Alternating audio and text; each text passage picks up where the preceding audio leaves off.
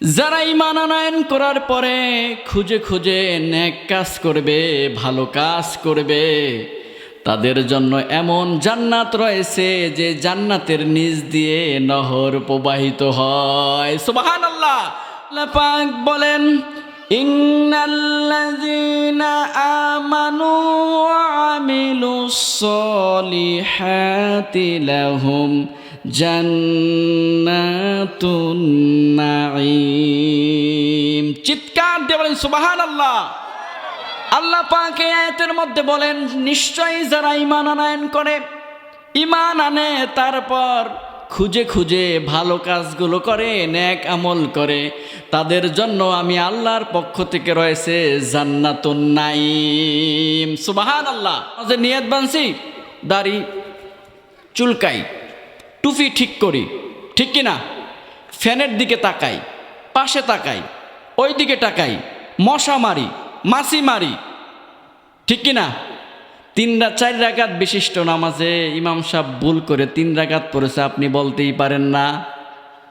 আবার আপনি অনেক সময় নিজে নিজে নামাজ পড়েন, 4 রাকাত বিশিষ্ট নামাজে আপনি 3 রাকাতেই আখিরি বৈঠক দিয়ে সেলাম ফিরিয়ে ফেলেছেন। আপনি বলতেই পারেন না যে 3 রাকাতে 4 রাকাতের জায়গায় 3 রাকাত পড়েছেন, মানে মনোযোগ নাই আছে।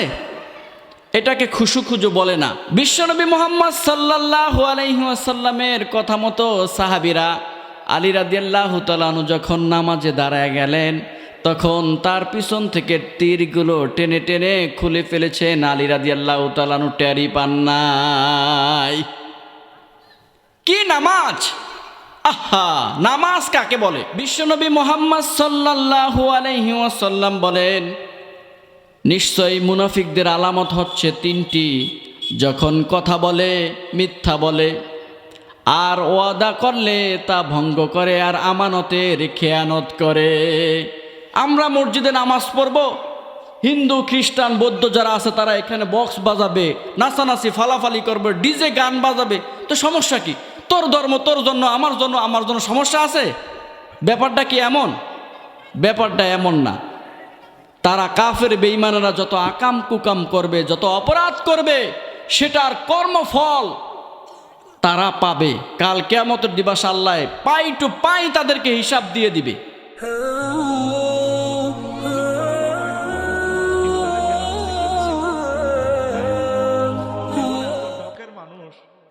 প্রিয় ভাইয়েরাম, আমি আপনাদের সামনে পবিত্র কোরআনুল কারীমের সূরাতুল বাকারার 25তম আয়াতের কিছু অংশ তেলাওয়াত করেছি এবং বিশ্বনবী মুহাম্মদ সাল্লাল্লাহু আলাইহি ওয়াসাল্লামের অসংখ্য আর অগণিত হাদিস থেকে একটি হাদিস আপনাদের সামনে তুলে ধরেছি। যদি মহান আল্লাহ রাব্বুল আলামিন তৌফিক দান করেন, তাহলে এই আয়াতের তাফসির এবং ব্যাখ্যা আপনাদের সামনে তুলে ধরব এবং হাদিসের যে হাদিস পাঠ করেছি সেই হাদিসের অনুবাদ আর ব্যাখ্যাও আপনাদের সামনে তুলে ধরব। সুতরাং ভূমিকা এখানেই শেষ করে দিলাম। আপনারা সবাই আমার সাথে মধুর সুরে তেলাওয়াত করেন, আউযু বিল্লাহি মিনাশ শাইতানির রাজিম, বিসমিল্লাহির রহমানির রহিম। ওয়াবাশশিরিল্লাযীনা আমানু ওয়া আমিলুস সলিহাত আন্না লাহুম জান্নাত ইলা আখিরিল আয়া। দেখেন, পবিত্র কোরআনুল কারীমের সূরাতুল বাকারার 25তম আয়াতের কিছু অংশ আমি আপনাদের সামনে তেলাওয়াত করেছি। যে আয়াতের অর্থটা আমি আপনাদের সামনে প্রথমে তুলে ধরছি, তারপর বিশ্ববরেণ্য মুফাসসিরিন ইকরামদের ব্যাখ্যা অনুযায়ী তার তাফসির আমি আপনাদের সামনে তুলে ধরার চেষ্টা করব ইনশাআল্লাহ। তো আয়াতের অর্থটা আমি আপনাদেরকে আগে শোনাই। আল্লাহ তাআলা বলেন ওয়াবাশশিরিল্লাযীনা আমানু ওয়া আমিলুস সলিহাত। হে রাসূল, আপনি তাদেরকে সুসংবাদ দান করেন যারা ঈমান আনয়ন করার পরে সৎ কাজ করেছে, ভালো কাজ করেছে। বিশ্বনবী মুহাম্মদ সাল্লাল্লাহু আলাইহি ওয়াসাল্লাম বলেন, আল্লাহ তাদেরকে কিসের সুসংবাদ দেব? আল্লাহ তাআলা আয়াতের পরবর্তীতে বলেন আন্না লাহুম জান্নাত, তাদেরকে আপনি জান্নাতের সুসংবাদ দিয়ে দেন। বলেন সুবহানাল্লাহ। অর্থাৎ এই আয়াতের মধ্যে আল্লাহ তাআলা বলেন ওয়াবাশশিরিল্লাযীনা আমানু ওয়া আমিলুস সলিহাতি আন্না লাহুম জান্নাত।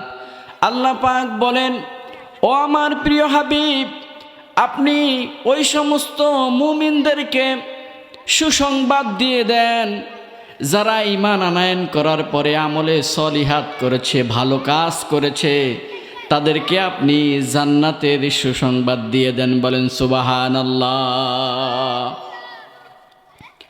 এটা হলো এই আয়াতের অনুবাদ। আর আপনাদের সামনে একটি হাদিস পাঠ করেছি। সেই হাদিসটা হচ্ছে কি, বিশ্বনবী মুহাম্মদ সাল্লাল্লাহু আলাইহি ওয়াসাল্লাম বলেন,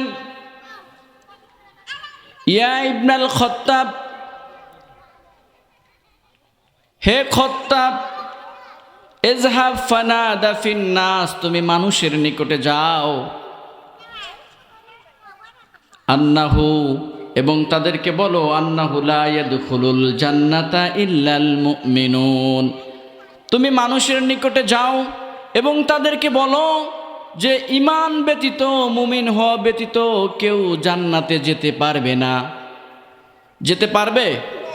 ঈমানদার ব্যতীত কোনো ব্যক্তি কি জান্নাতে যেতে পারবে? পারবে না। বরং ঈমান আনয়ন করার পরে যদি কেউ সৎ কাজ করে, ভালো কাজ করে, তাহলে সে কোথায় যাবে? জান্নাতে যাবে। কোথায় যাবে? জান্নাতে যাবে। এতটুকু কি বুঝেছেন আপনারা? এটাই কোরআনুল কারীমের আয়াতের মধ্যে আল্লাহ রাব্বুল আলামিন বলেছেন যে যারা ঈমান আনয়ন করার পরে সৎ কাজ করবে, ভালো কাজ করবে, তাদেরকে আপনি জান্নাতের সুসংবাদ দান করেন। এটা হলো আয়াতের অর্থ। শুধু এক জায়গায় নয়,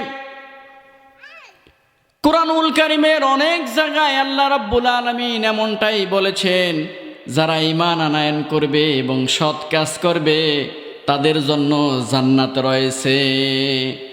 যেমন আল্লাহ রাব্বুল আলামিন পবিত্র কোরআনুল কারীমের সূরাতুল কাহফের 107 নম্বর আর 8 নম্বর আয়াতের মধ্যে বলেন, আল্লাহ পাক বলেন, ইন্নাল্লাযীনা আমানু ওয়া আমিলুস সলিহাতি কানাত লাহুম জান্নাতুল ফিরদাউসি নুজুলা খালিদিনা ফিহা লা ইয়াবগুনা আনহা হিওয়ালা। বলেন সুবহানাল্লাহ। আল্লাহ তাআলা বলেন, নিশ্চয় যারা ঈমান আনয়ন করে এবং সৎ কাজ করে, ভালো কাজ করে, আমি আল্লাহ রাব্বুল আলামিনের পক্ষ থেকে তাদেরকে মেহমানদারি করার জন্য রয়েছে বাগানময় জান্নাত। বলেন সুবহানাল্লাহ। শুধু তাই নয়, খালিদিনা ফিহা লা ইয়াবগুনা আনহা হিওয়ালা। আল্লাহ পাক বলেন, যারা ঈমান আনয়ন করবে আর সৎ কাজ করবে, ভালো কাজ করবে, তারা তো অবশ্যই জান্নাতে যাবে, সুন্দর জান্নাতে। শুধু তাই নয়, ওই জান্নাতে তারা চিরদিন বসবাস করবে, সেখান থেকে তারা কখনোই বের হতে চাইবে না, আর কেউ তাদেরকে সেখান থেকে বেরও করে দিতে পারবে না। সুবহানাল্লাহ। শুধু তাই নয়, পবিত্র কোরআনুল কারীমের অন্য জায়গায় সূরাতুল বুরুজের 11 নম্বর আয়াতের মধ্যে আল্লাহ তাআলা বলেন, ইল্লাল্লাযীনা আমানু ওয়া আমিলুস সলিহাতি লাহুম জান্নাতু তাজরি মিন তাহতিহাল আনহার যালিকাল ফাওজুল কাবীর। বলেন সুবহানাল্লাহ। আল্লাহ তাআলা এই আয়াতের মধ্যে বলেন, যারা ঈমান আনয়ন করার পরে খুঁজে খুঁজে নেক কাজ করবে, ভালো কাজ করবে, তাদের জন্য এমন জান্নাত রয়েছে যে জান্নাতের নিচ দিয়ে নহর প্রবাহিত হয়। সুবহানাল্লাহ। শুধু তাই নয়, যালিকাল ফাওজুল কাবীর, আর এটাই তাদের মহা সাফল্য। বলেন সুবহানাল্লাহ। শুধু তাই নয়, ঈমান আনয়ন করলেই হবে না, ঈমান আনয়ন করার পরে ঈমানের যত্ন নিতে হবে এবং ঈমানটাকে পরিচর্যায় করে ঈমানটাকে ঠিকঠাক যদি রাখতে পারেন, তাহলে কাল কিয়ামতের দিবসে তো জান্নাত পাবেন, আর দুনিয়ার জমিনেও আপনার কোনো চিন্তা থাকবে না। বুঝতে পেরেছেন? সেই সম্পর্কেও পবিত্র কুরআনুল কারীমে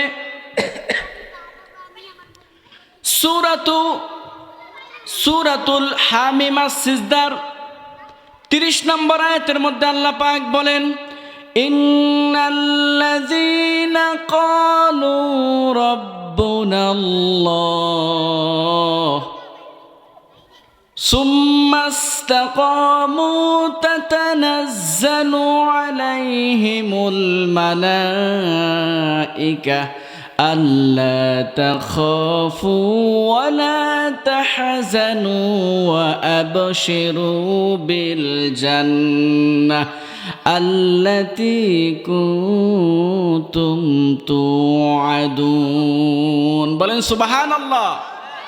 আল্লাহ পাক এই আয়াতের মধ্যে বলেন, ইন্নাল্লাযীনা ক্বালু রাব্বুনাল্লাহ, নিশ্চয়ই যারা বলে আমাদের প্রতিপালক তো আল্লাহ, সুম্মা ইসতাকামু, অতঃপর এই সাক্ষীর উপরেই তারা অবিচল থাকে, অটল থাকে, তাতানাজ্জালু আলাইহিমুল মালাইকা, তখন আসমান থেকে একদল ফেরেশতা অবতীর্ণ হয়, যারা বলে আমাদের প্রতিপালক তো আল্লাহ, এবং এই কথার উপরেই যারা অবিচল আর অটল থাকে, তাদের জন্যই আসমান থেকে একদল ফেরেশতা অবতীর্ণ হয় এবং তাদেরকে বলে, আল্লাহ তাখাফু, তোমাদের কোনো ভয় নাই, তোমরা ভয় পেও না, ওয়ালা তাহজানু, তোমাদের কোনো চিন্তা নাই, তোমরা চিন্তিত হয়ো না, ওয়া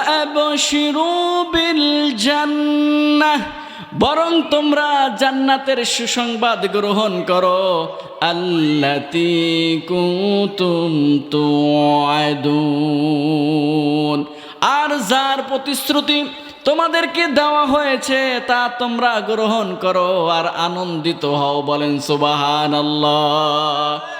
শুধু তাই নয়, সূরাতুল লুকমানের 8 নম্বর আয়াতে আল্লাহ রাব্বুল আলামিন যারা ঈমান আনয়ন করেছে এবং সৎ কাজ করে তাদেরকে সুসংবাদ দিয়েছেন। আল্লাহ পাক বলেন, ইন্নাল্লাযীনা আমানু ওয়া আমিলুস সলিহাতি লাহুম জান্নাতুন নাঈম। চিৎকার দিয়ে বলেন সুবহানাল্লাহ। আল্লাহ পাক এই আয়াতের মধ্যে বলেন, নিশ্চয়ই যারা ঈমান আনয়ন করে, ঈমান আনে, তারপর খুঁজে খুঁজে ভালো কাজগুলো করে, নেক আমল করে, তাদের জন্য আমি আল্লাহর পক্ষ থেকে রয়েছে জান্নাতুন নাঈম। সুবহানাল্লাহ। জান্নাতুন নাঈম জান্নাতের একটি নাম। জান্নাতের নাম 8টা জান্নাত রয়েছে, তার মধ্যে উল্লেখযোগ্য একটি জান্নাত হচ্ছে জান্নাতুন নাঈম। ওই জান্নাতুন নাঈমের মধ্যে তাদেরকে নিবে যারা ঈমান আনয়ন করার পরে সৎ কাজ করে, ভালো কাজ করে। বলবেন না সুবহানাল্লাহ। তাহলে আমি যে আয়াতরা তেলাওয়াত করেছি।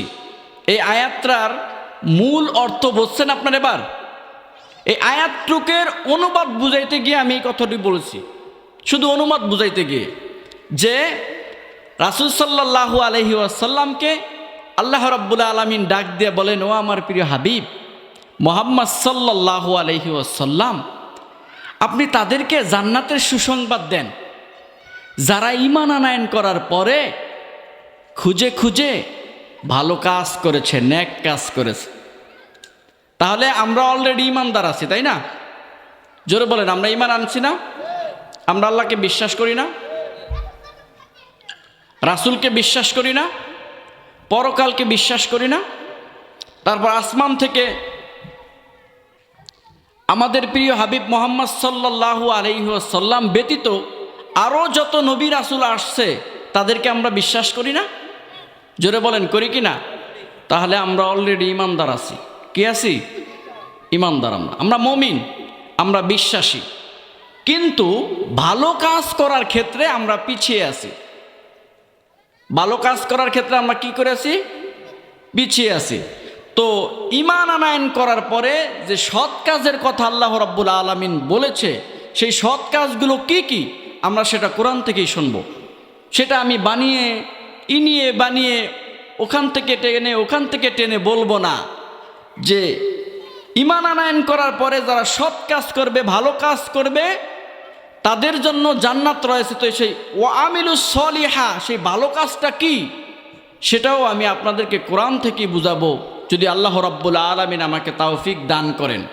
তার আগে আমরা একটু পিছন থেকে টেনে আলোচনাটারে আনতে হবে, না হলে বুঝবেন না। দেখেন, হযরতে আদম আলাইহিস সালাম থেকে শুরু করে এই পর্যন্ত যত মানুষ পৃথিবীর জমিনে এসেছিলেন,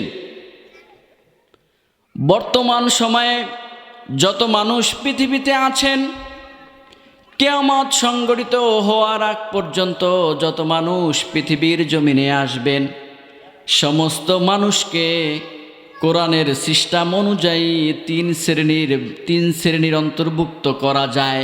কয় শ্রেণী? 3 শ্রেণী। এক শ্রেণী হচ্ছে মুমিন, অর্থাৎ বিশ্বাসী। সেই এক শ্রেণীর মধ্যে আমরা আছি। সেই এক শ্রেণী হলে মুমিন, অর্থাৎ বিশ্বাসী।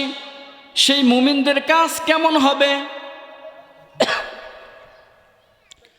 মুমিনদের ক্যারেক্টার কেমন হবে? মুমিনদের আচার আচরণ কেমন হবে? মুমিনদের কাজ কেমন হবে? এবং দিন শেষে এই মুমিনদের রেজাল্টটা কি হবে তার বর্ণনা দিয়ে, মুমিনদের নামে নাম রেখে আলাদা একটি টাইটেল দিয়ে পবিত্র কুরআনুল কারীমের মধ্যে আল্লাহ একটা সূরা নাজিল করে দিলেন, সূরাতুল মুমিনুন।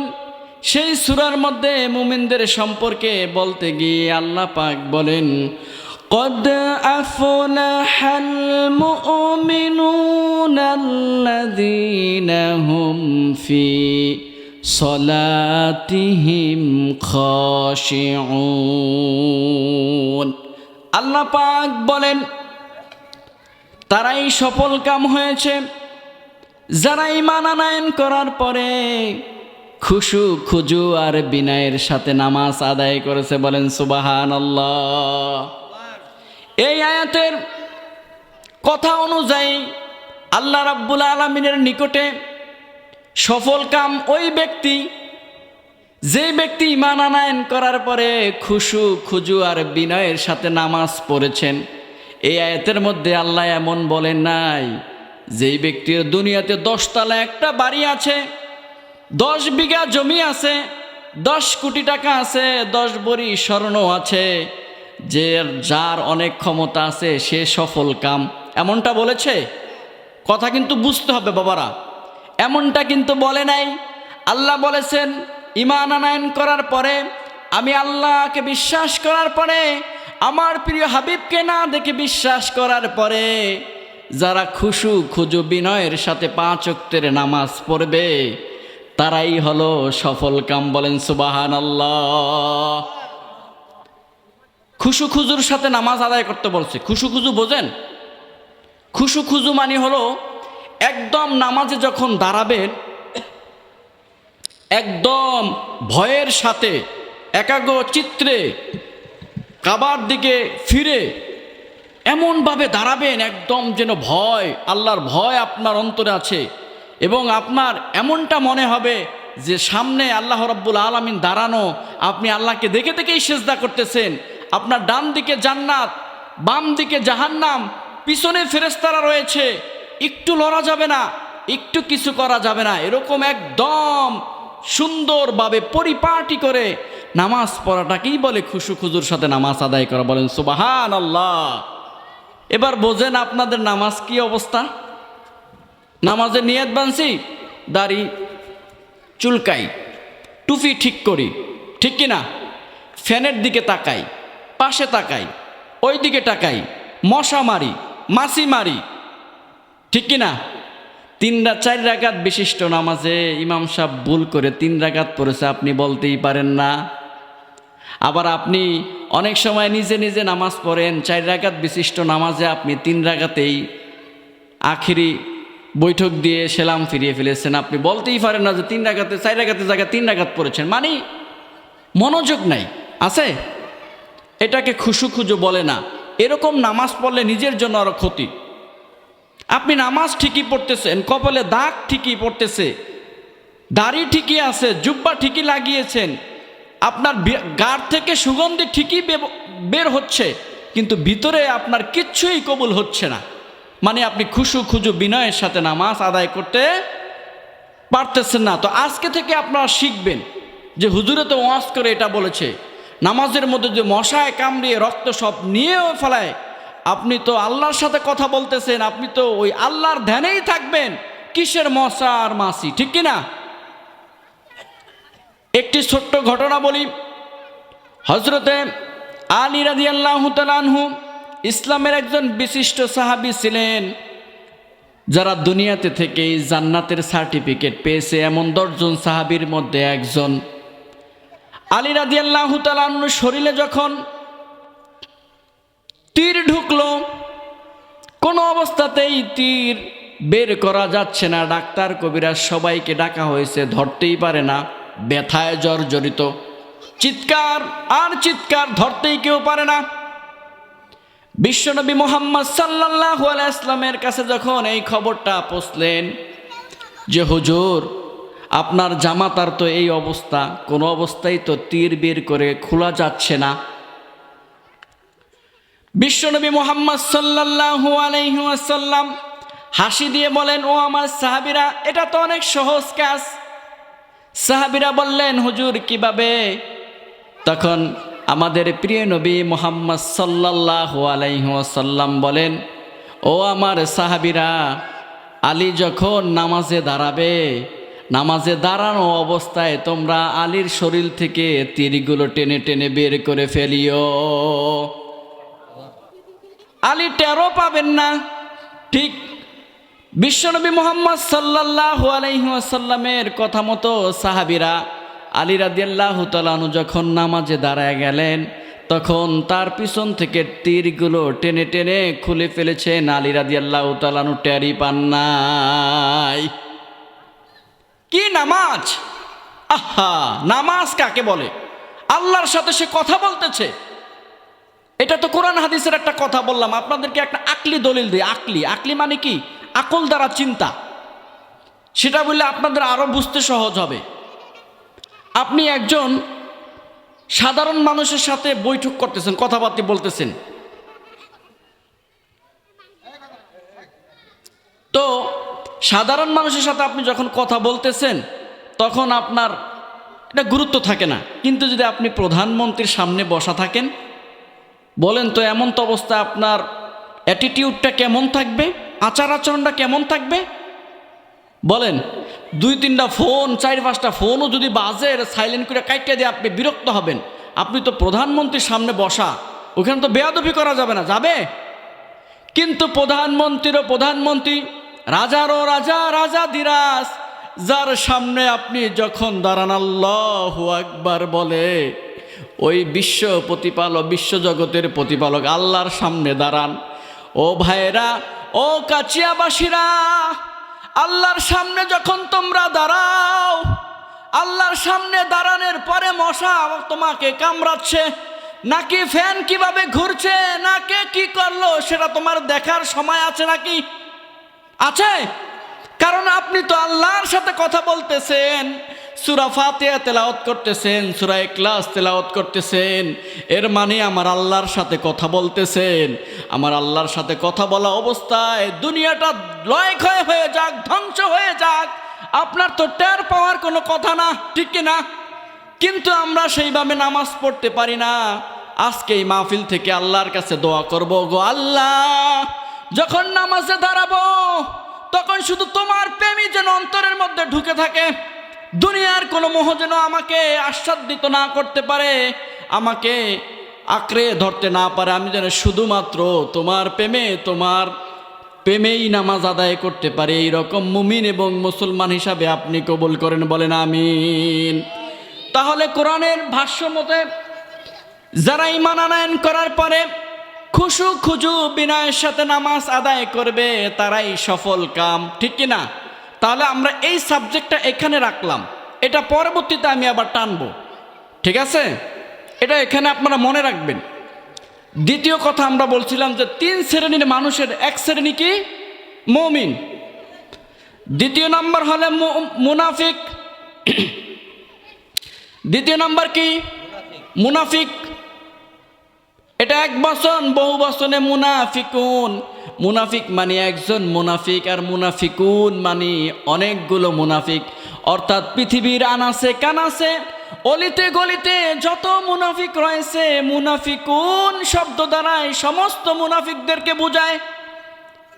এই মুনাফিকদের আচরণ কেমন হবে?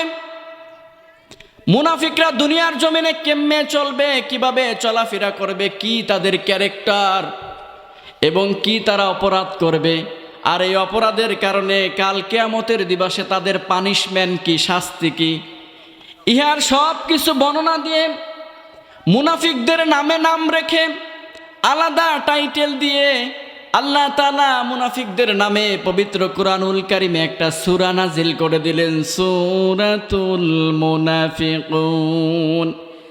এই সূরার মধ্যে আল্লাহ মুনাফিকদের সম্পর্কে বলতে গিয়ে আল্লাহ পাক বলেন, ইযা জাআকাল মুনাফিকুনা ক্বালু নাশহাদু ইন্নাকা লারাসূলুল্লাহ ওয়াল্লাহু ইয়ালামু ইন্নাকা লারাসূলুহু ওয়াল্লাহু ইয়াশহাদু ইন্নাল মুনাফিকিনা লাকাযিবুন।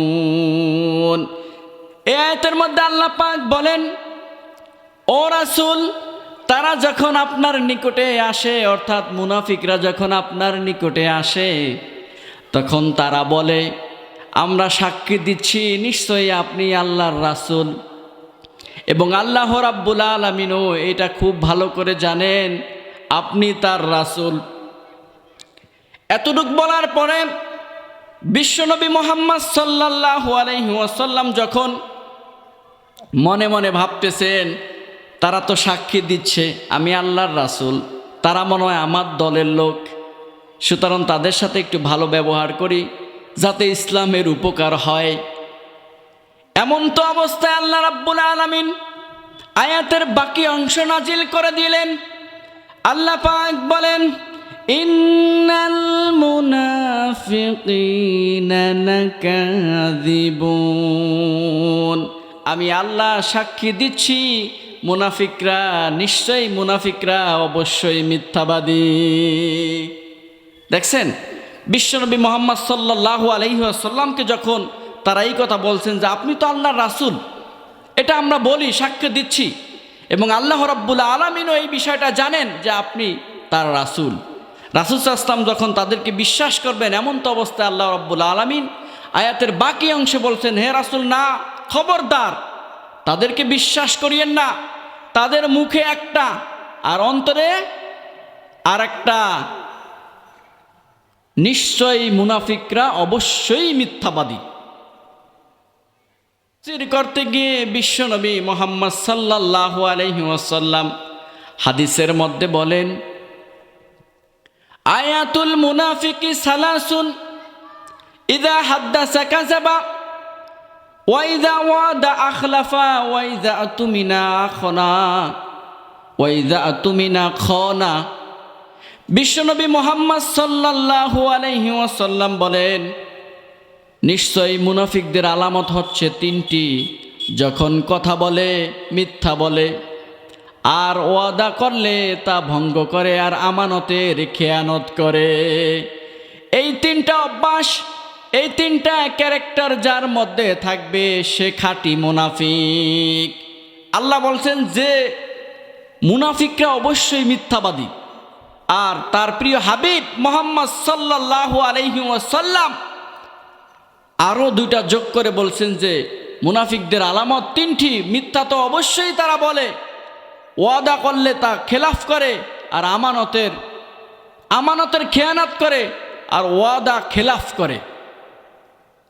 আপনাদের মধ্যে কি এই তিনটা অভ্যাস আছে? ভয় পাইতেছেন? আছে, এই তিনটা অভ্যাস আপনাদের মধ্যে আছে, আমার মধ্যে আছে। ও কাচিয়াবাসীরা শোনো, এই তিনটা অভ্যাস যদি তোমাদের মধ্যে থাকে তাহলে আজকে তওবা করো মাহফিল থেকে। ওগো আল্লাহ, মাহফিলের ময়দানে বসে আল্লাহ তোমার কাছে তওবা করতেছি, যখন কথা বলবো কখনো মিথ্যা কথা বলবো না গো আল্লাহ। আমার কাছে যখন কোনো আমানত রাখা হবে ওই আমানতের খেয়ানত করব না। কাউকে যখন কোনো কথা দিব, ওয়াদা করব, ওয়াদার খেলাফ করব না। করবেন? কথা বলতে সমস্যা? ভাই, ওয়াজ থেকে তো এগুলোই শিখবেন। আপনাদেরকে তো আমরা সঠিক রাস্তার দিকে আনার চেষ্টা করতেছি কোরআন হাদিস থেকে। এখানে কি আমার কোনো বানানো কথা এই পর্যন্ত পেয়েছেন?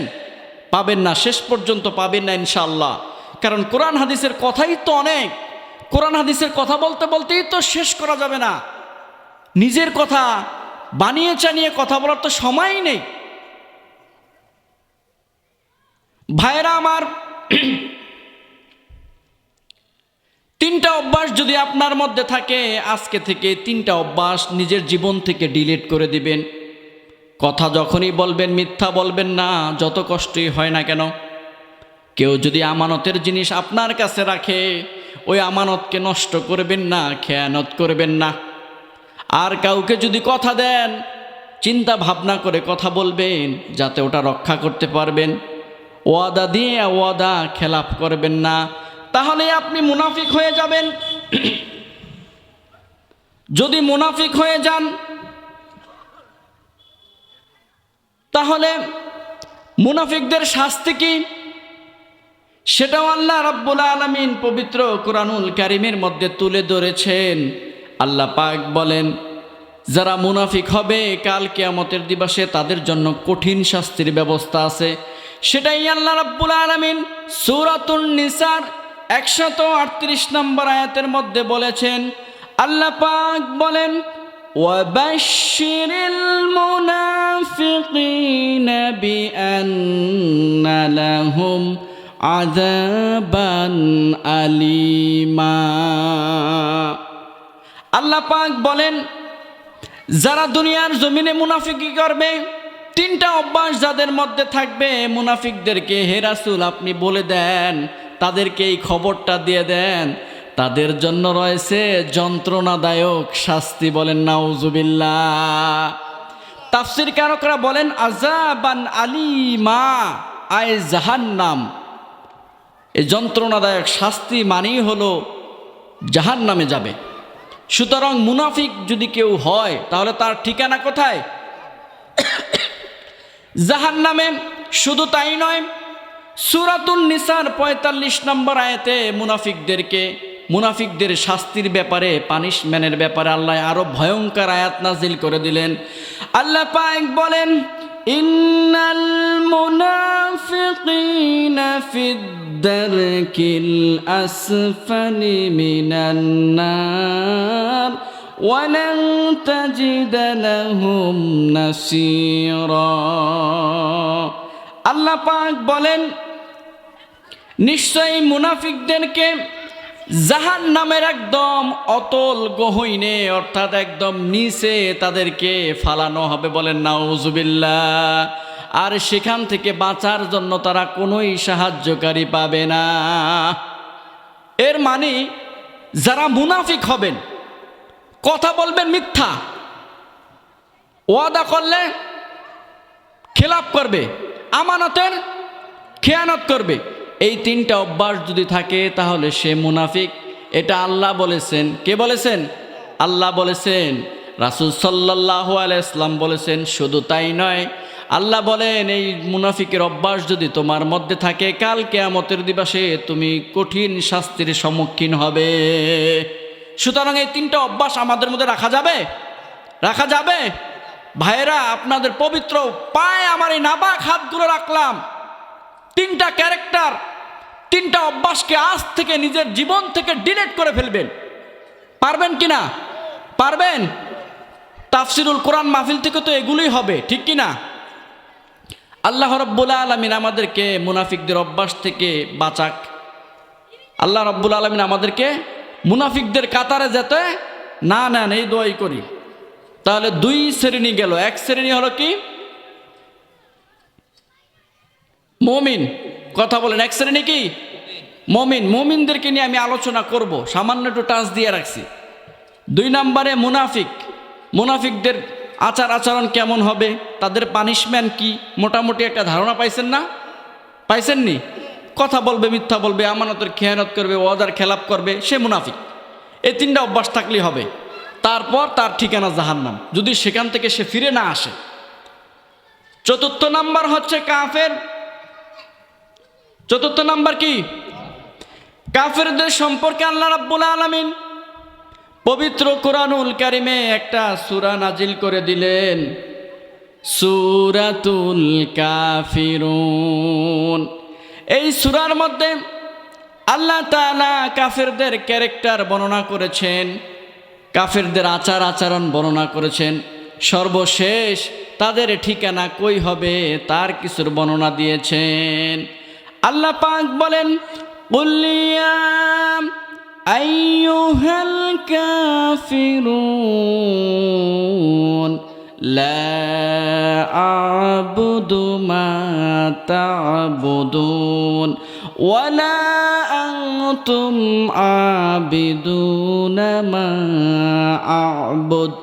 আল্লাহ পাক বলেন, ও রাসূল, আপনি কাফের সম্প্রদায়দেরকে বলে দেন, কাফেরদেরকে বলে দেন যে আমি যেই আল্লাহর ইবাদত করি তোমরা সেই আল্লাহর ইবাদতকারী নও, এবং তোমরা যে আল্লাহর ইবাদত করো আমিও সেই প্রতিমার, সেই মূর্তির ইবাদতকারী নই। বলেন সুবহানাল্লাহ। লাকুম দীনুকুম ওয়ালিয়া দীন। তোমাদের কর্মফল তোমাদের জন্য, আর আমার কর্মফল আমার জন্য। বলেন সুবহানাল্লাহ। অর্থাৎ এই সূরার মধ্যে আল্লাহ পাক বলেন যে কাফের বেঈমানেরা যেই মূর্তি এবং প্রতিমার ইবাদত করে, উপাসনা করে, রাসূল আপনি স্পষ্ট ভাষায় বলে দেন তাদের ইবাদত আপনি কখনোই করেন না আর করবেন না। আর আপনি যে আল্লাহর ইবাদত করতেছেন তারাও সেই আল্লাহর ইবাদতকারী নয়। সুতরাং তারা যত অপরাধ করুক, তারা যত পাপ করুক, আল্লাহকে ব্যতীত অন্য কারো যদি তারা ইবাদত করে, এই কর্মফল তারা কাল কিয়ামতের দিবসে পাবে। আর আপনি যে রাতে জেগে জেগে তাহাজ্জুদ নামাজ পড়েন, কোরআন তেলাওয়াত করেন, 5 ওয়াক্তের নামাজ পড়েন, মানুষকে দিনের দিকে ডাকছেন, এইটার কর্মফলও আপনি কাল কিয়ামতের দিবসে পাবেন। বলেন সুবহানাল্লাহ। আমরা একটা ভুল ব্যাখ্যা করি, লাকুম দীনুকুম ওয়ালিয়া দীন, তোমার ধর্ম তোমার জন্য, আমার ধর্ম আমার জন্য, এরকমটা করি না আমরা? কথা বলেন। অনেক সময় দেখবেন যে অনেক আলেম ওলামা মাঝে মধ্যে বলে ফেলে, তোমার ধর্ম তোমার জন্য, আমার ধর্ম আমার জন্য। তাহলে তার দুনিয়াতে কোনো ফাসাদই থাকে না? থাকে? আমরা মসজিদে নামাজ পড়ব, হিন্দু খ্রিস্টান বৌদ্ধ যারা আছে তারা এখানে বক্স বাজাবে, নাচানাচি ফালাফালি করবে, ডিজে গান বাজাবে, তো সমস্যা কি? তোর ধর্ম তোর জন্য, আমার জন্য আমার জন্য, সমস্যা আছে? ব্যাপারটা কি এমন? ব্যাপারটা এমন না। তারা কাফের বেঈমানেরা যত আকাম কুকাম করবে, যত অপরাধ করবে, সেটার কর্মফল তারা পাবে। কাল কিয়ামতের দিবস আল্লাহ পাই টু পাই তাদেরকে হিসাব দিয়ে দিবে। আর আমরা যে ভালো কাজগুলো করতেছি, সেই ভালো কাজের কর্মফলের হিসাব আল্লাহ রাব্বুল আলামিন আমাদেরকে প্রতিদান দিবে। বলেন সুবহানাল্লাহ। তাহলে লাকুম দীনুকুম ওয়ালিয়া দিন অর্থ কি? তোমাদের কর্মফল তোমাদের জন্য, আর আমাদের কর্মফল আমাদের জন্য। মনে থাকবে? কথা বলেন, মনে থাকবে? কেউ যদি বলে যে লাকুম দীনুকুম ওয়ালিয়া দিন, তোমার ধর্ম তোমার জন্য, আমার জন্য আমার জন্য, আমার ধর্ম আমার জন্য, তাহলে হবে? এটা সুন্দর হবে না, যথার্থ হবে না। কথাটা হবে তোমার কর্মফল তোমার জন্য আর আমার কর্মফল আমার জন্য। এর মানে তুমি যত অপরাধ করবে এটার জন্য অবশ্যই পানিশমেন্ট আছে, অপেক্ষা করো। আর আমি যে ভালো কাজ করতেছি এর জন্য আল্লাহ রাব্বুল আলামিনের নাজ নেয়ামতপূর্ণ জান্নাত তথা বেহেশত আছে। বলেন সুবহানাল্লাহ। মূলত কাফের অর্থ হচ্ছে অস্বীকারী, গোপনকারী। যারা গোপন করে, ইসলামের কোনো বিধান অস্বীকার করে, ইসলামের কোনো ছোট্ট বিষয়কেও যদি সে অস্বীকার করে কেউ, তাহলে সে কি হয়ে যাবে? কাফের হয়ে যাবে। সুতরাং এই কাফেরদের ব্যাপারে আল্লাহর সিদ্ধান্ত কুরআনুল কারীমের মধ্যে আল্লাহ জানিয়ে দিয়েছেন যে দুনিয়ার জমিনে আমি আল্লাহর দিনকে তোমরা অস্বীকার করতা। মুসলমান যারা যারা ঈমানের উপরে ছিল তাদেরকে তোমরা টিটকারি করতা, তাদেরকে এনকার করতা, তাদের ধর্মকে অনুসরণ করো নাই। আমি আল্লাহকে বাদ দিয়ে সূর্যের পূজা করেছো, চন্দ্রের পূজা করেছো, পাহাড়ের পূজা করেছো, গাছের পূজা করেছো, আগুনের পূজা করেছো, যা কিছু করেছো। এবার তোমাদের শাস্তি তোমরা বুঝে নাও। সেটা আল্লাহ রাব্বুল আলামিন কুরআনুল কারীমে আগেই জানিয়ে দিয়েছেন। সূরাতুন নিসার 140 নম্বর আয়াতের মধ্যে আল্লাহ সেটা বলে দিয়েছেন। আল্লাহ পাক বলেন, ইন্নাল্লাহা জামিউল মুনাফিকিনা ওয়াল কাফিরিনা ফি জাহান্নামা জামিআ। আল্লাহ পাক বলেন, যারা কাফের, যারা অস্বীকারী তারা এবং মুনাফিকরা কাল কিয়ামতের দিবসে একাত্রে জাহান্নামের মধ্যে থাকবেন। বলেন নাউজুবিল্লাহ। আল্লাহ রাব্বুল আলামিন বলেন, যারা মুনাফিক আর কাফের তাদেরকে কাল কিয়ামতের দিবসে আমি আল্লাহ একাত্রিতে জাহান্নামের মধ্যে ফালায়া তারপর আগুন জ্বালায়া দেব। আপনারা বলতে পারেন যে মুনাফিক তো আলাদা, কাফের আলাদা, তাহলে তাদেরকে একাত্রিতে শাস্তি দিলে এটার হিকমত কি? দেখেন, মহিলারা যখন চুলায় আগুন জ্বালায় তখন একটা লাকড়ি দিয়ে যদি আগুন জ্বালানোর চেষ্টা করে, ভাত রান্নার চেষ্টা করে, কষ্ট হইব না? কথা বলেন, কষ্ট না? একটা লাকড়ি তো সাধারণত নিভেও যেতে পারে, সহজে ধরবে না, আগুন ধাউ ধাউ করে জ্বলবে না, আগুনের উত্তাপটা বেশি হবে না। কিন্তু যদি এই একটা লাকড়ির সাথে আরও 2-3টা লাকড়ি অ্যাডজাস্ট করা হয়, যোগ করা হয়, তাহলে আগুনটা কিভাবে জ্বলবে বলেন? ঠিক তেমনিভাবে কাফের বেঈমানদেরকে, মুনাফিকদেরকে বেশি মাত্রায় শাস্তি দেওয়ার জন্য আল্লাহ রাব্বুল আলামিন কাফের এবং মুনাফিকদেরকে একত্রিত করে তারপর জাহান্নামকে জ্বালিয়ে দিবে। বলেন সুবহানাল্লাহ। তাহলে মুমিন গেল, মুনাফিক গেল, আরেক শ্রেণীর মানুষ আছে মুশরিক। আরেক শ্রেণীর মানুষ কারা? মুশরিক। আপনি বলতে পারেন যে হুজুর মুশরিকদের ব্যাপারে কি বলবেন? একটু জিকির করি, লা ইলাহা ইল্লাল্লাহ, লা ইলাহা ইল্লাল্লাহ, লা ইলাহা।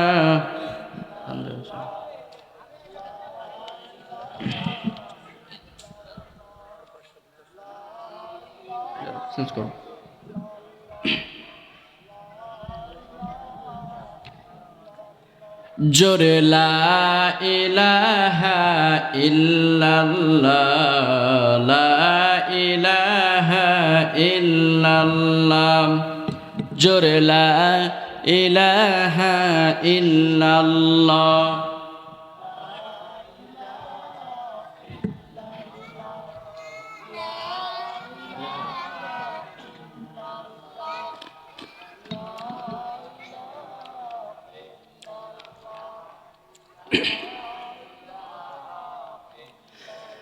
লা ইলাহা ইল্লাল্লাহু মুহাম্মাদুর রাসূলুল্লাহ। জোরে বলেন সাল্লাল্লাহু আলাইহি ওয়াসাল্লাম। ভাইরা আমার, আমি বলেছিলাম মানুষ তিন প্রকার, এক প্রকার মুমিন, আরেক প্রকার মুনাফিক, আরেক প্রকার কাফের, ঠিক কিনা? মুনাফিকরা কারা, কি ক্যারেক্টার, তাদের পানিশমেন্ট কি, সেটা আপনাদের সামনে তুলে ধরেছি। কাফেরেরা কি অস্বীকারী, দুনিয়াতে ফিতনা সৃষ্টিকারী, তাদের পানিশমেন্ট কি সেটাও বলেছি। এবার আপনারা যদি প্রশ্ন করেন, হুজুর আরেক শ্রেণীর মানুষ তো সমাজের মধ্যে আছে যাদেরকে আমরা মুশরিক হিসাবে চিনি, ঠিক কিনা? তাহলে সেই শ্রেণীর মানুষের ব্যাপারে আল্লাহর ভাষ্যকার কি, সেই শ্রেণীর মানুষের ব্যাপারে আল্লাহর সিদ্ধান্ত কি, সেটা তো বললেন না। আরেক শ্রেণীর মানুষ আছে না মুশরিক, যারা শিরক করে তাদেরকেই মুশরিক বলা হয়। আল্লাহর সাথে যারা অংশীদারিত্ব করে তাদেরকেই মুশরিক বলা হয়। আল্লাহ রাব্বুল আলামিন এই মুশরিকদেরকেও কাফেরদের অন্তর্ভুক্ত করেছেন। এটাও আল্লাহ রাব্বুল আলামিন পবিত্র কোরআনুল কারীমের সূরাতুল বাইয়িনার 6 নম্বর আয়াতের মধ্যে তুলে ধরেছেন। আল্লাহ পাক বলেন, ইন্নাল্লাযীনা কাফারু মিন আহলিল কিতাবি ওয়াল মুশরিকিনা ফি নারি জাহান্নাম খালিদিনা ফিহা। আল্লাহ পাক বলেন, নিশ্চয়ই আহলে কিতাবদের মধ্যে থেকে যারা অস্বীকার করেছে অর্থাৎ কাফের, আর মুশরিকরা যারা শিরক করেছে, এই দুই শ্রেণী জাহান্নামের মধ্যে চিরদিনের জন্য বসবাস করবে। এর মানে মুশরিক যারা, তারা আলাদা কোনো প্রকার না, তাদেরকে আল্লাহ রাব্বুল আলামিন কাফেরদের অন্তর্ভুক্ত করেছেন। কইরা তাদেরকে, এই মুশরিকদেরকেও কাফেরদের সাথে কাল কিয়ামতের দিবসে জাহান্নামের মধ্যে নিক্ষেপ করবেন। তাহলে মুনাফিকের অভ্যাস আমাদের মধ্যে আজকে থেকে আর থাকবে? থাকতে পারে, সমস্যা কি? থাকলে আপনি জাহান্নামে যাবেন। স্ট্রেট ফরওয়ার্ড কথা, কোরআনুল কারীমের কথা, নাকি আমার কথা? আমার কথা না। তারপর 2 নম্বরে, কাফের যদি কোনো বিষয় অস্বীকার করেন, ইসলামের কোনো বিষয় অস্বীকার করেন, না জানলে চুপ থাকবেন, আলেম ওলামাদের থেকে জেনে নেবেন, কিন্তু কোনো বিষয় ইনকার করবেন না, অস্বীকার করবেন না। যদি করেন তাহলে আপনি কাফের হয়ে যাবেন, আর কাল কিয়ামতের দিবসে পানিশমেন্ট হিসাবে আর জান্নাতের আশা করতে পারবেন না, আপনি জাহান্নামে যাবেন। তারপর মুশরিক, যদি আপনি আল্লাহর সাথে অন্য কাউকে অংশীদারিত্ব করেন, শিরক করেন, তাহলেও কাল কিয়ামতের দিবসে আপনি আল্লাহর জান্নাতে যেতে পারবেন না। পানিশমেন্ট হিসাবে, শাস্তি হিসাবে জাহান্নামে চিরদিন বসবাস করতে হবে। বলেন নাউজুবিল্লাহ। আল্লাহ রাব্বুল আলামিন আমাদেরকে এই 2 শ্রেণীর মানুষ, 3 শ্রেণীর মানুষ থেকে রক্ষা করুক। এখন আছে বাদবাকি এক প্রকার মানুষ মুমিন। কি আছে? মুমিন। শুরুতেই যে আলোচনাটা করেছিলাম, তো মুমিনদের সম্পর্কে আমি এখন একটু বলবো, বলে শেষ করে দেব। আমি প্রথমেই বলেছিলাম, ওয়াবাশশিরিল্লাযীনা আমানু ওয়া আমিলুস সলিহাতি আন্না লাহুম জান্নাত। আমি বলেছিলাম আল্লাহ রাব্বুল আলামিন তার প্রিয় হাবিবকে বলেছেন, ও রাসূল, আপনি তাদেরকে সুসংবাদ দেন যারা ঈমান আনয়ন করার পরে খুঁজে খুঁজে আমলে সলিহাত তথায় ভালো কাজ করেছে। বিশ্বনবী মুহাম্মদ সাল্লাল্লাহু আলাইহি ওয়াসাল্লাম বলেন, ও আল্লাহ কিসে সংবাদ দিব? আল্লাহ বলেন তাদেরকে জান্নাতের সংবাদ দেন। বলেন সুবহানাল্লাহ। এখন ঈমান আমরা এনেছি, আল্লাহকে বিশ্বাস করেছি, আল্লাহর কিতাবের উপর ঈমান আনেছি, বিশ্বনবী মুহাম্মদ সাল্লাল্লাহু আলাইহি ওয়াসাল্লামকে রাসূল হিসাবে সাক্ষী দিয়েছে, আমরা অটোমেটিকলি বিশ্বাসী হয়েছি, ঈমানদার হয়েছি। কিন্তু ঈমান আনয়ন করার পরে যে ও আমিলুস সলিহাতের কথা বলেছেন, ভালো কাজের কথা বলেছেন, সেটাও আমাদের করতে হবে। সেটা না করলে কিন্তু আমরা জান্নাতে যেতে পারবো না। সেই ভালো কাজগুলো কি, সেটা আমরা কোরআনুল কারীম থেকেই শুনব। পবিত্র কোরআনুল কারীমের সূরাতুল মুমিনুনের মধ্যে আল্লাহ রাব্বুল আলামিন বলেন, আল্লাহ পাক বলেন, قد أفلح المؤمنون الذين هم في صلاتهم خاشعون। ঈমান আনয়ন করার পরে এক নাম্বার ভালো কাজ হচ্ছে খুশু খুজু আর বিনয়ের সাথে নামাজ পড়া। কারণ আমি প্রথমেই বলেছিলাম, ঈমান আনয়ন করার পরে যদি কেউ খুশু খুজু বিনয়ের সাথে নামাজ আদায় করে, তাহলে আল্লাহ রাব্বুল আলামিন বলেছেন তারাই সফল কাম। সুবহানাল্লাহ। শুধু তাই নয়, আরেকটি ভালো কাজ হচ্ছে, আল্লাহ পাক বলেন, ওয়াল্লাযীনা হুম আনিল লাগwi মুরিদুন। ঈমান আনয়ন করার পরে যারা অসর ক্রিয়াকলাপ কথাবার্তা থেকে নিজেদেরকে রক্ষা করে, এটাও একটা আমলে সলিহাত, এটাও একটা ভালো কাজ। শুধু তাই নয়, ওয়াল্লাযীনা হুম লিয-যাকাতি ফাইলুন। যারা যাকাত দানে সক্রিয়, অ্যাক্টিভ, অর্থাৎ যাদের যাকাত হয়েছে, সম্পদের মালের পরিমাণ মতো মালের হিসাব করে যারা যাকাত ঠিকঠাক মতো দিয়ে দেয়, এটাও একটা ঈমান আনয়ন করার পরে ভালো কাজ। বলেন সুবহানাল্লাহ। শুধু তাই নয়, আল্লাহ আমলে সলিহাতের আরেকটা কথা বলেন, আল্লাহ পাক বলেন, ওয়াল্লাযীনা হুম লিফুরুজিহিম হাফিজুন। ওয়াল্লাযীনা হুম, আর যারা তাদের লজ্জা স্থানকে রক্ষা হেফাজত করে, জবানকে হেফাজত করে, এটাও একটা ভালো কাজ। ঈমান আনয়ন করার পরে আপনার মুখ দিয়ে যা ইচ্ছা তা আসতে পারে না। আপনি মানুষকে গালি দিতে পারেন না, কারণ একজন মুমিন কখনোই কাউকে গালি দিতে পারে না।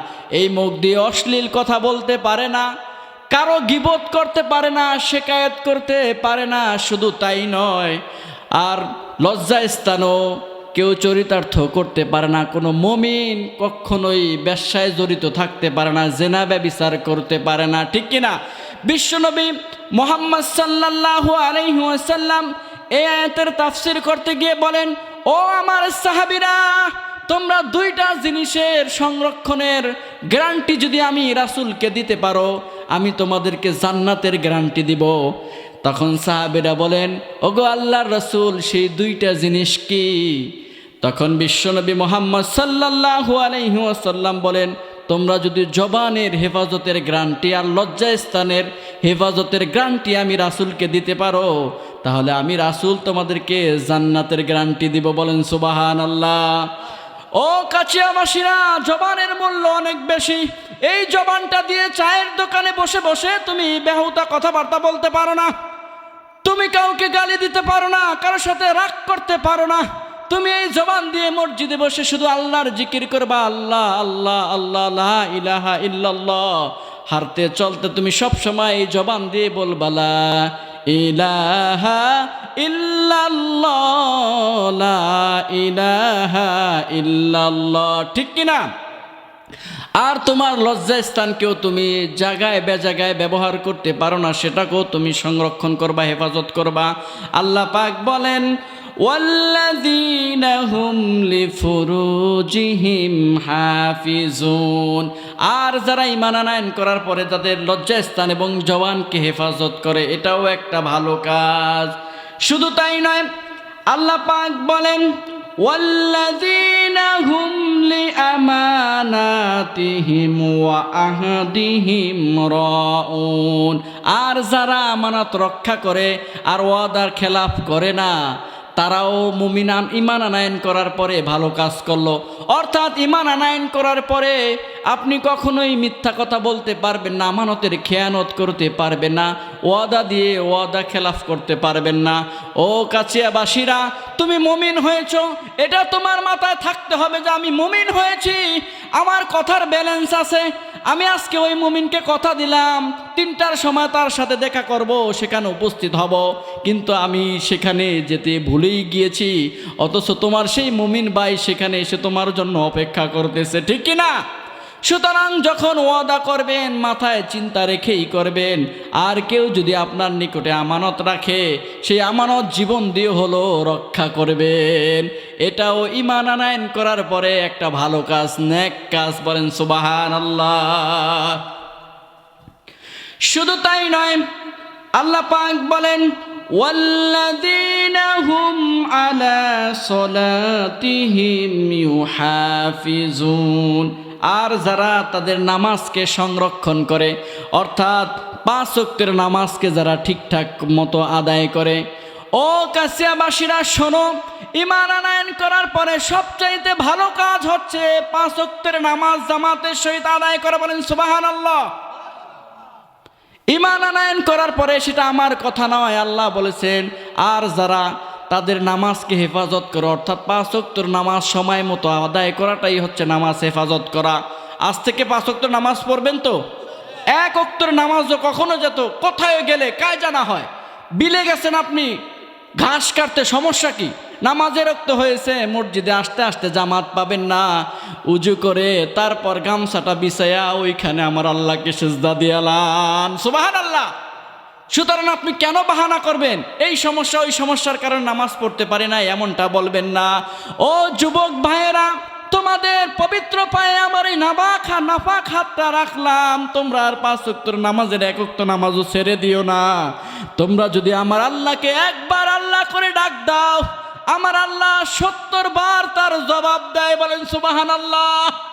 ও দাড়ি পাকা মুসল্লিরা শুনে রাখো, তোমরা যখন আল্লাহকে সিজদা দিয়ে আল্লাহর কাছে 2টা হাত তুলে দাও, আল্লাহ ফেরেশতাদেরকে বলে, ও আমার ফেরেশতা দেখো, আমার দাড়ি পাকা বান্দা আমার কাছে হাত তুলেছে।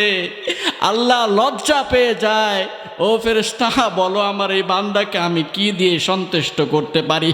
তখন ফেরেশতারা বলবে, আল্লাহ এই বিষয় তো তুমিই ভালো জানো। তখন আল্লাহ রাব্বুল আলামিন ফেরেশতাদেরকে বলে, ও আমার ফেরেশতারা তোমরা সাক্ষী থাকো, আমার এই যেই দাড়ি পাকা আমার বান্দা এত শীতের মধ্যে কনকনে ঠান্ডা পানি দিয়ে উজু করে মসজিদে এসে আমাকে সিজদা দিয়েছে, আমার কাছে হাত উত্তোলন করেছে, তোমরা সাক্ষী থাকো, আমার এই সম্মানিত বান্দার জীবনের সব গুনাহগুলো আমি মাফ করে দিলাম। আল্লাহু আকবার। কিভাবে ছাড়বেন 5 ওয়াক্ত নামাজ? মুরব্বীরা হাত উঠলে নিলে আল্লাহ লজ্জা পায়। বোঝেন আপনাদের দাম কত বেশি? মিয়া 5 ওয়াক্ত নামাজটা পড়ে আল্লাহর কাছে কানবেন, জীবনে যত গুনাহ করেছেন, যত পাপ করেছেন, কি পাপ করেন নাই নাকি করেন নাই, নাকি নিষ্পাপ? যদি নিষ্পাপ হয় তাহলে দরকার নাই। যদি পাপ করে থাকেন, জীবন অন্যায় করে থাকেন, এই কনকনে ঠান্ডার মধ্যে ফজরের নামাজ পড়ে আল্লাহর কাছে বলবেন, তাহাজ্জুদ নামাজ পড়ে বলবেন, আল্লাহ জীবনের সব গুনাহগুলো মাফ করে দিবে। ও যুবক ভাই, তোমার চাকরি হচ্ছে না, তুমি বেকার, তুমি বিয়ে করতে পারতেছো না, তোমার সমস্যা, তুমি তাহাজ্জুদ নামাজ পড়ো, 5 ওয়াক্তের নামাজ আজকে থেকে শুরু করো। আমার আল্লাহর কাছে 2টা হাত তুলে দিয়ে বলো, আল্লাহ আমার চাকরি হচ্ছে না, আমি ঋণগ্রস্ত, আমি বিপদে পড়েছি, মামলায় পড়েছি, হামলায় পড়েছি, আমার অনেক বিপদ, আল্লাহ তুমি আমাকে এই বিপদ থেকে রক্ষা করো। ও যুবকেরা, দেখবা আল্লাহ রাব্বুল আলামিন অবশ্যই তোমার এই সমস্যার সমাধান করে দিবে। আল্লাহু আকবার। সুতরাং আল্লাহ পাক বলেন, যারা ঈমান আনয়ন করার পরে 5 ওয়াক্তের নামাজকে সংরক্ষণ করে, এটাও একটা ভালো কাজ। এবার আল্লাহ রাব্বুল আলামিনকে এই মুমিনরা জিজ্ঞাসা করবে, আল্লাহ না দেখে তো তোমাকে বিশ্বাস করেছি, তোমার প্রিয় হাবিব মুহাম্মদ সাল্লাল্লাহু আলাইহি ইসলামের প্রতি ঈমান আনয়ন করেছি, তোমার আসমানি কিতাবকে মেনেছি, তোমার আসমানি সমস্ত রাসূলদের উপর ঈমান আনেছি, পরকালের উপরে বিশ্বাস রেখেছি, তাকদীরের ভালো মন্দকে মেনে নিয়েছি গো আল্লাহ। শুধু তাই নয়, খুশুখুজুর সাথে নামাজ আদায় করেছি। আল্লাহ রাব্বুল আলামিন অশ্লীল কথাবার্তা থেকে নিজেকে রক্ষা করেছি, অশ্লীল কথাবার্তা বলি নাই। আল্লাহ যাকাত ঠিক মতো দান করেছি। আল্লাহ রাব্বুল আলামিন লজ্জাস্থানকে আর জবানকে হেফাজত করেছি, আমানত রক্ষা করেছি, ওয়াদার খেলাপ করি নাই গো আল্লাহ। 5 ওয়াক্তের নামাজ সময় মতো আদায়ের বিনিময়ে আপনি আমাদেরকে কি দিবেন? আল্লাহ রাব্বুল আলামিন তাদের এই পুরস্কারের কথা ঘোষণা করে দিয়ে পরবর্তী আয়াতের মধ্যে বলেন, উলাইকা হুমুল ওয়ারিসুন, আমি তাদেরকে উত্তরাধিকারী বানায়া দিব। বলেন সুবহানাল্লাহ। মুমিনরা আল্লাহকে ডেকে বলবে, আল্লাহ, দুনিয়ার জমিনে বাবা মারা গেলে সন্তান তার সম্পত্তির উত্তরাধিকারী হয়, কল কারখানা ইন্ডাস্ট্রিয়ালের উত্তরাধিকারী হয়, টাকা পয়সা বাড়ি গাড়ির উত্তরাধিকারী হয়। আল্লাহ গো, এত কাজ যে করেছো, এত কাজ যে আমরা করেছি আল্লাহ, এর বিনিময়ে তুমি আমাদেরকে কিসের উত্তরাধিকারী বানায়া দিবা, এটা একটু জানতে মনে চায়। আল্লাহ রাব্বুল আলামিন আয়াতের পরবর্তী অংশ নাজিল করে মুমিনদেরকে সেই সুসংবাদ দিয়ে দিলেন। আল্লাহ পাক বলেন, আল্লাযীনা ইয়ারিসুনাল ফিরদাউস, যারা এত কিছু করবে, এই কনকনে ঠান্ডার ভিতরে 5 ওয়াক্তের নামাজ পড়বে, আমি আল্লাহ রাব্বুল আলামিন তাদেরকে জান্নাতের উত্তরাধিকারী বানিয়ে দিব। বলেন সুবহানাল্লাহ। সেটা যেমন তেমন জান্নাত নয়, সবচাইতে লেটেস্ট এবং ভালো, সবচাইতে শ্রেষ্ঠ জান্নাত, জান্নাতুল ফিরদাউসের মালিক বানিয়ে দিব। বলেন সুবহানাল্লাহ। শুধু তাই নয়, মুমিনরা আল্লাহকে ডেকে বলবে, আল্লাহ, শ্বশুর বাড়িতে গেলে 3-4 দিন বেড়ানোর পরে তো আবার চলে আসতে হয়, নানা বাড়িতে গেলে বা কোনো বন্ধুর বাড়িতে গেলে 3-4 দিন বেড়ানোর পরে খুব আনন্দ মোজ মাস্তি করার পরেতে চলে আসতে হয়, সর্বোচ্চ 1 মাস থাকা যায়। আল্লাহ তারপর তোকে সেখান থেকে বের করে দেয় বা সেখান থেকে চলে আসতে হয়। আল্লাহ, জান্নাতে গিয়ে আমরা কতদিন থাকব? নাকি 1 মাস থাকার পরে, 1 বছর থাকার পরে, 10 বছর পর, 10 বছর থাকার পর আপনি সেখান থেকে বের করে দেবেন, নাকি আমাদেরকে সেখান থেকে বের করে দেওয়া হবে? তখন আল্লাহ রাব্বুল আলামিন মুমিনদেরকে সেই সুসংবাদ দিয়ে আয়াতের বাকি অংশ নাজিল করে মুমিনদেরকে খুশি করে দিলেন। আল্লাহ পাক বলেন, হুম ফিহা খালিদুন, যারা জান্নাতে ঢুকবে তারা চিরদিনের জন্য, অনন্তকালের জন্য সেই জান্নাতে থাকবে। বলেন সুবহানাল্লাহ। ও কাচিয়াবাসীরা, খুব মনোযোগ সহকারে শোনো। আজকে যে আলোচনাটা করেছি, কখনো মিথ্যা কথা বলবেন না, আমানতের খেয়ানত করবেন না, ওয়াদা করলে কখনোই খেলাপ করবেন না, 5 ওয়াক্তের নামাজ কখনোই যেন আপনার থেকে ছুটে না যায়। আপনি চায়ের দোকানে বসে, বাজারে ঘাটে বসে, রাস্তায় রিকশায় ঘাটে বসে এই মুখটা দিয়ে বেহাতুক কথাবার্তা যেন আপনার মুখ দিয়ে বের না হয়।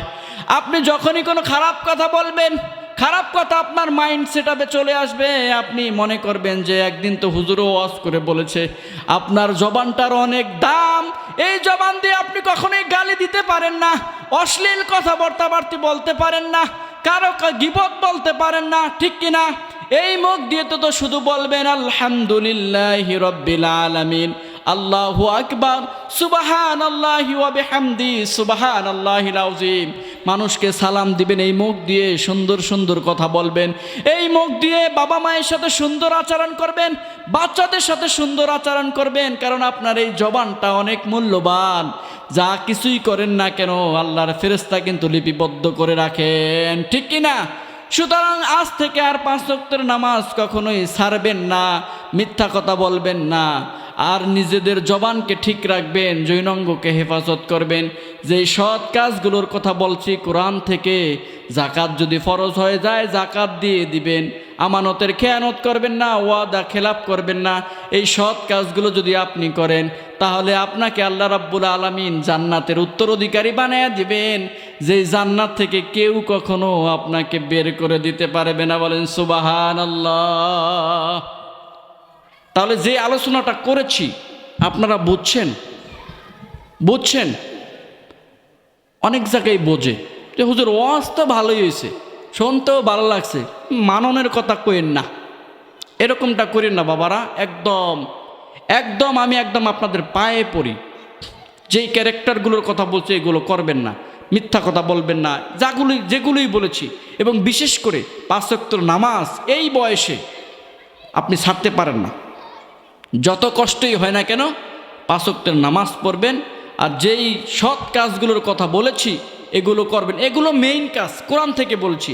আর যদি আনুষঙ্গিকভাবে বলি তাহলে অনেক কাজ আছে, মানুষকে সালাম দেওয়া, ছোটদেরকে স্নেহ করা, বড়দেরকে সম্মান করা, স্ত্রীর হক আদায় করা, বাবা মায়ের সাথে ভালো আচরণ করা, বাবা মায়ের সাথে সুসম্পর্ক রাখা, বাবা মায়ের খরচ দেওয়া। তারপর আরও কত কাজ আছে, রাস্তায় ভেঙে গেছে একটু রিফারিং করে দেওয়া, একটা পথে কাটা আছে সরিয়ে দেওয়া, তাই না? একটা মানুষ বিপদে পড়তেছে তাকে ওখান থেকে আনা, একটা মানুষ পথ ভুলে গেছে তাকে সঠিক পথে আনিয়ে দেওয়া, এটিও সৎ কাজ। তবে মেইন যে সৎ কাজগুলো ঈমান আনয়ন করার পরে, সেই সৎ কাজগুলো আমি কোরআন থেকে আপনাদেরকে বলার চেষ্টা করেছি। আর এইগুলো যদি আপনি মানেন তাহলে ওই ছোটো ছোটো কাজগুলো আপনার দ্বারা এমনিই হয়ে যাবে, ঠিক কি না? 5 ওয়াক্তের যে ব্যক্তি নামাজ পড়ে সেই ব্যক্তি কি মুখ দিয়ে খারাপ কথা বলতে পারে? 5 ওয়াক্তের নামাজ যে ব্যক্তি বলে সে কি স্ত্রীর সাথে খারাপ আচরণ করতে পারে? 5 ওয়াক্তের নামাজ যে ব্যক্তি পড়ে সে কি বাবা মায়ের অবাধ্য হতে পারে? 5 ওয়াক্তের নামাজ যে ব্যক্তি পড়ে সে কি গীবত করতে পারে, শিকায়েত করতে পারে? এর মানে 5 ওয়াক্তের নামাজটা ঈমান আনয়ন করার পরে সবচাইতে লেটেস্ট, সবচাইতে বেস্ট। সুতরাং 5 ওয়াক্তের নামাজ আজ থেকে আর ছাড়বেন না। আর যেই যতগুলো নসিহত কোরআন থেকে বলেছি সবগুলো নসিহত যেন আল্লাহ রাব্বুল আলামিন আমাকে সহ আপনাদের সকলকে মানার তৌফিক দান করেন। আখির দাওয়ানা আনিল্লাহিল হামদ।